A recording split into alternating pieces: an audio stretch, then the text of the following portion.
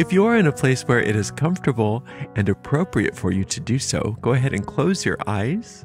Take some slow, long, deep, relaxing breaths in through your nose and out through your mouth. With every inhale, feel more light and more peace entering your body and mind. And with every exhale, let go of all tension and anything you do not want. Breathing in light and exhaling tension.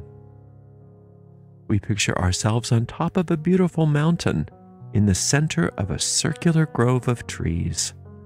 In the center of our circle, a bonfire blazes forth, lighting us and the grove up with a sacred golden light. We recognize that this is the light of perfect love and perfect trust that burns away everything that is not like itself. Into this sacred space, we invoke the presence of our Creator. To many of us, our Creator reveals themselves to be a father and mother, a god and goddess. Into this sacred space, we also invite the presence of our teachers, our guides, and our angels. We dedicate this time that we spend together to each other and to them, and we ask that we be guided and led as we walk upon the way, that we become happier, more peaceful, more prosperous, more healthy, and more loving people. Thank you very much. And if it is appropriate for you to do so, you can join me in out loud saying, "Blessed be." I talk about deity in very non-religious terms because people that listen to my talks usually come from very many different walks of life, different traditions. The one time that I seem to not do that is when I'm talking about the goddess. You don't get the visceral understanding of the Divine Mother when you just talk about, in generic terms, infinite intelligence or infinite love. The Divine Mother is more visceral than thinking of deity in terms of father for most people. If you look in nature, every mother is very special. See how a mother treats her young, and then look into human beings and see how mothers tend to treat their children. There's something very special about a mother with their child. Now, in this world, humans and animals are imperfect. They are limited. They are not the same thing as the Divine Mother in that there are limitations. There are, for humans, personalities. For animals, there are limited instinctive behaviors. They are mirror reflections of the kind of energy that we're talking about when we are describing the Divine Mother. The Divine Mother is the perfect mother, and there is one. There's only one. And this Divine Mother goes by a lot of different names. Asherah, Astarte, Ishtar, Bridget. You can name many, many more. But there is only one. There's a difference between deities in pantheons and universal presence. And we're talking about the mother as a universal presence, the universal mother, the Divine Mother. While it's true there are many different iterations culturally and historically, and many people have dealt with the Divine Mother in rather superstitious manners, it's really important to understand that beyond all of those labels, those names, those unique individual cultural deities, that there is a divine and overall presence of the Infinite Mother. Now, thinking in terms of how a mother is with her child, think in terms of just on the most basic level here on earth. You hear that someone only a mother could love. And what that is referring to is that no matter what a child has done, or no matter what a child looks like, or no matter what problems a child tends to demonstrate, the mother has an unconditional love that is unencumbered by any of those things. When a vicious criminal is incarcerated, the mother still loves the vicious criminal. And that is just a very slight reflection of what we are talking about today, which is divine grace. Grace is something that comes straight from the mother to you. And it's always there. It never stops. And there's nothing that you can do to change it. There's absolutely nothing that you can do to make the Divine Mother withdraw her love for you, withdraw that grace. Now, the difference between the Divine Mother and a human mother or a mother in nature is that for a human mother, that love is all there is. There's nothing that can be done. Well, I love you anyway, but there's nothing I can do for you. I just love you. But the divine grace of the Divine Mother has power to change things in our lives. It has power to alter our experiences, to clean up things in our lives. Divine grace has a causative principle involved with it where there are effects that can be measured in our lives. So working with divine grace is something that's very important. But it's important to understand first that grace is not something that can be earned. You're not receiving grace from the Divine Mother because of something you do. It's because of who you are. You are an extension of perfection from the source of all that is. And as an extension of perfection, you are eternally lovable. And that love doesn't stop just because your personality or your ego decides to try to prove to you and or the world and or to infinite intelligence that you're not lovable, that you're not perfect. And that's what this world is all about. This world is all about proving how bad we are or proving how not good enough we are as a species and as individuals. That's what this world is. It's a pseudo world. It's an overlay. We always talk about that overlay concept. I like that concept because it puts things into a pretty clear sense of why this is a world of illusion. It doesn't mean that the world doesn't exist. It just doesn't exist the way we think it does. And that's because our minds are so powerful. So we can throw all kinds of images on this world to prove to ourselves that we're not good enough, to prove to others that we're not good enough, to prove to God that we're not good enough, to prove to the goddess that we're not good enough. Divine grace is a force that loves you the way you are, not the way you think you are, and not the way you're projecting, and not the way you're presenting, and not the way that you are trying to prove to the universe that you are. That divine grace can cut through all of those illusions and restore you, restore your life to the truth. And so that's why when we do things like the witch's rosary or Shekinah work, things like that, what we're doing is we're not trying to compel the goddess to love us more. We're not trying to compel the goddess to give us goodies.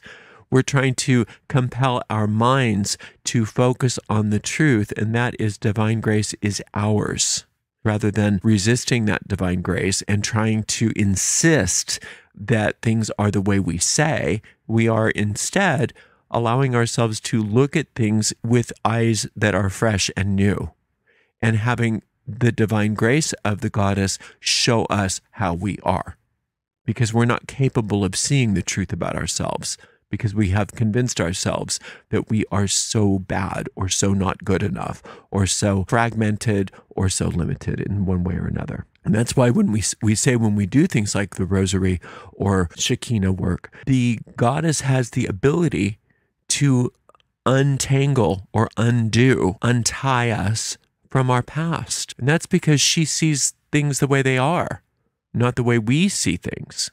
She's not fooled by our nonsense. And she knows who we are. She knows us better than we do.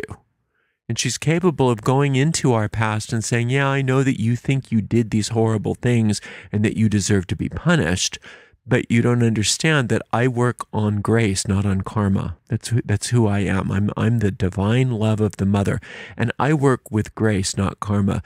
I know who you are, not who you think you are. Now, who you think you are, who you think you are has a lot of karma. Who you think you are has set up a big chain reaction of cause and effects, and you have a lot to be afraid of in your future as that person. But that's not who you really are. And so I'm able to cut through all of that and show you that you are perfect just the way you are, and nothing that you've done can change that. And since that's true, if you can see you the way I see you, you can recognize that you don't have to go through that. You don't have to go through those cause and effect to get the punishments for the things that you think you've done. because you didn't really do those things like you think you did, because there is no past. There is no future. In divine mind, there's only the sacred now. And the sacred now is the closest thing that we have here to eternity. And so you're an eternal being.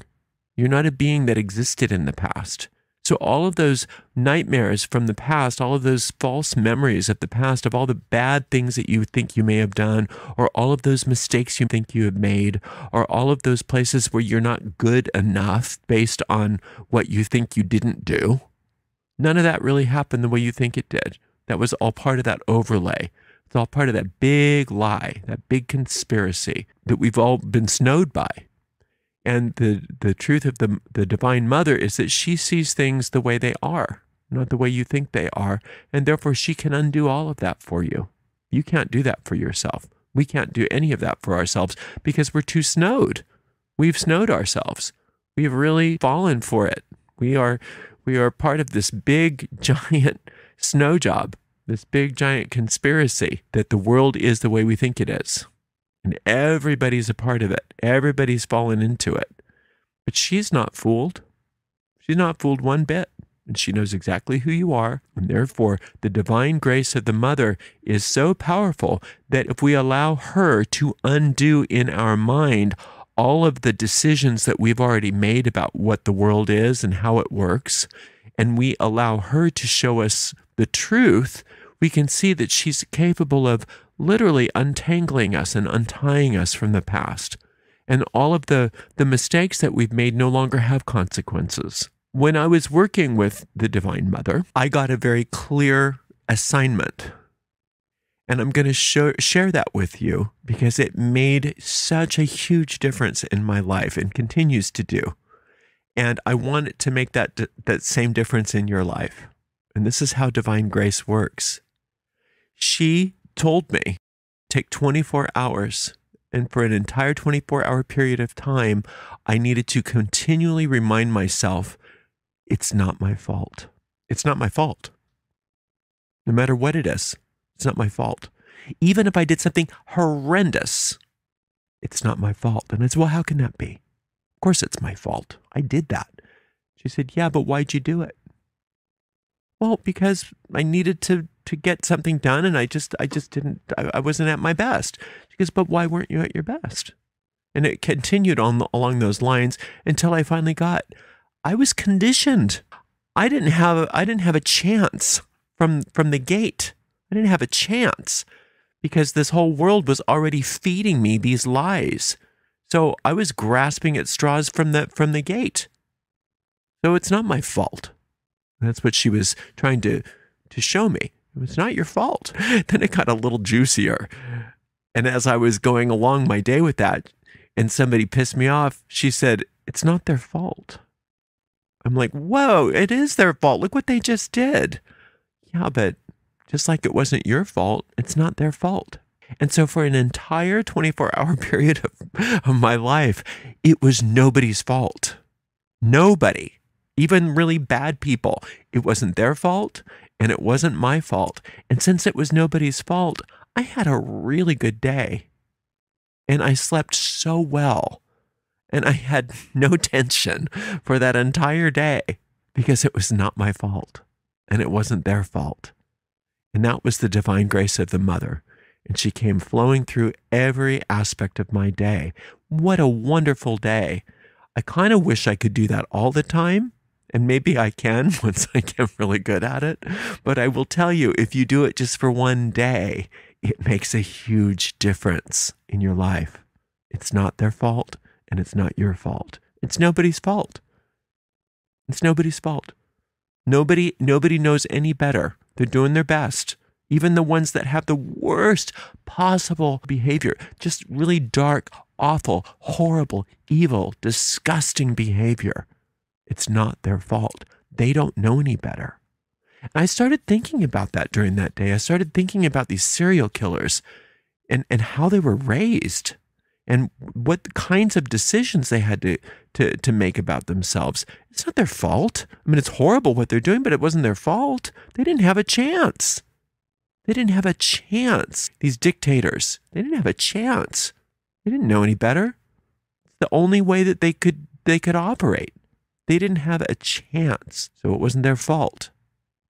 In doing that, what I noticed is that it allowed me to stop resisting divine grace. And when I could relax and just let everybody, and especially myself, off the hook just for a day, and that was the assignment. It was really clear. You can go back to your normal behavior tomorrow, just for one day. It's not going to, and I remember being so resistant to that. And it was reassuring to me to hear these ideas from infinite intelligence telling me the world won't stop because you give everybody a day off from your judgment. Nothing bad's going to come from that. It's not going to destroy the world just because you gave everybody the day off. And you don't have any judgment on anybody. You're not blaming anybody. It was nobody's fault. It's just a day, Ariel. It's just one day.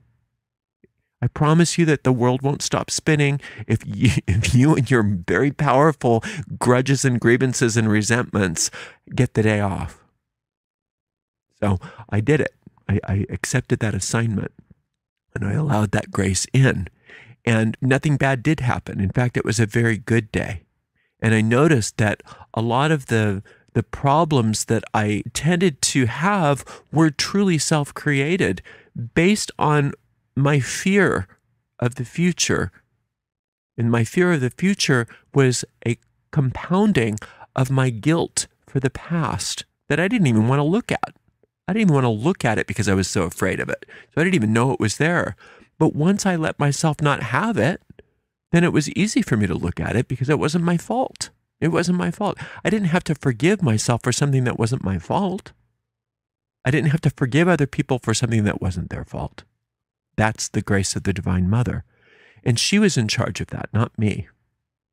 So once I was able to let myself and other people off the hook, that grace came pouring through my life. But not only was I able to have a very beautiful day, I noticed that that was the beginning of having a really beautiful life. And even though I'm not good at completely letting people off the hook all the time, and I'm definitely not that good at letting myself off the hook all the time, having a day where I just allowed myself to be in that belief and understanding that it wasn't my fault and it wasn't anybody else's fault gave me a power that I'd never had before. And that was the power of allowing grace to flow through me and to flow through my life, to flow through experiences and flow through relationships. And things just started healing. And I didn't have to direct it. I didn't have to manage it. I didn't have to do anything other than let it happen. And that's the beauty of divine grace, is it's not for us to direct, but the effects of it are maximal. The effects of it are maximal. There is no limit to how much healing is available to us when we but allow that divine grace to flow. And remember, it's because of who we are, not because of what we do. Because if who you are is a perfect expression of infinite intelligence, there's nothing that you need to be forgiven for. And if who they are is an expression of infinite intelligence, there's nothing that they need to be forgiven for. Yeah, there's a lot of bad behavior. There's a lot of bad events. There's murders. There's genocide. There's torture. There's all kinds of horrible behavior that seem unforgivable. But in that one day, all of that wasn't their fault. So in that one day, since it wasn't their fault, it didn't really happen the way I think it did. And therefore, I was able to allow my judgments the day off, which allowed divine grace to flow through me, which allowed for healing to happen. So divine grace is ours because of who we are. And once we allow that divine grace to flow through us, we recognize who we are much more clearly. And the truth is that you are a royal child. You're a child of royalty. You are the child of the infinite with no limitations, with nothing to feel guilty for. You have no stains on you. You are just perfection, playing in this world of limitations, playing in this world of blame, playing in this world of hatred and venom and death and destruction and all of those horrible things. But that's not really what's happening. And once you give yourself that day of grace, you recognize that it's not really happening like you think it is. And then even though you're living in the world and seeing those things happen after that, it doesn't affect you in the same way anymore because you see it for what it is. It's just shadows. It's just phantasm. It's just illusion. It's nightmare. And it's caused by our own thinking being misused. So you don't have to blame people for misusing their minds because they didn't know any better. Just like you don't have to blame yourself for misusing your mind because you didn't know any better. The goddess knows better, and she's got this. So divine grace is yours today, right now. Try that experiment that I was given. Try a day of just 24 hours. You can start it right now. Just work it until the same time tomorrow. It's not your fault. Whatever it is, it's not your fault. It's not their fault either. Nobody's fault. Today is a day of nobody's fault. So today is a day of grace. Get ready for some healing and get ready for big, huge miracles because that's what's here for you today, just by allowing that thought to permeate your mind. Thank you so much for spending some time with me today. I'm so grateful for you being here. Until next time, blessed be.